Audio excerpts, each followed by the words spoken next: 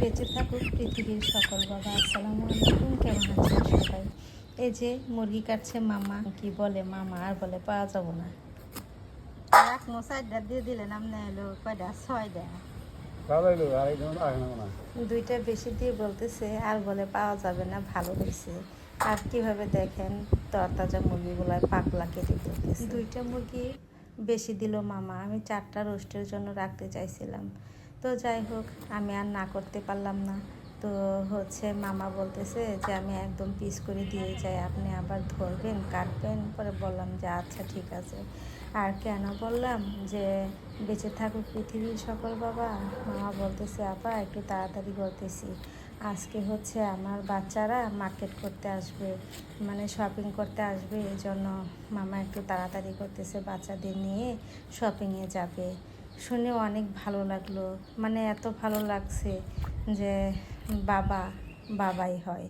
আসলেই একটা বাবা সন্তানের জন্য কত কি করে, সারাদিন দু পায়ে হেঁটে মুরগি বিক্রি করে, তারপর আবার তাড়াতাড়ি করে মুরগিগুলা বিক্রি করে চলে গেল। সকাল সকালই মুরগিগুলা বিক্রি করে দিল, যাই লাভ হোক।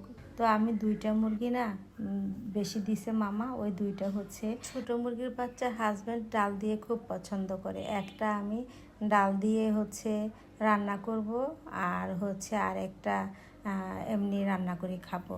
তো আমি গিলা কলিজাগুলো আমার খুব পছন্দ, আর পা এগুলো আলাদা করে রাখছি। আর ওই 2টা মুরগি আমি পিস করব, মামাকে বলছিলাম 2টা আস্তই রাখতে।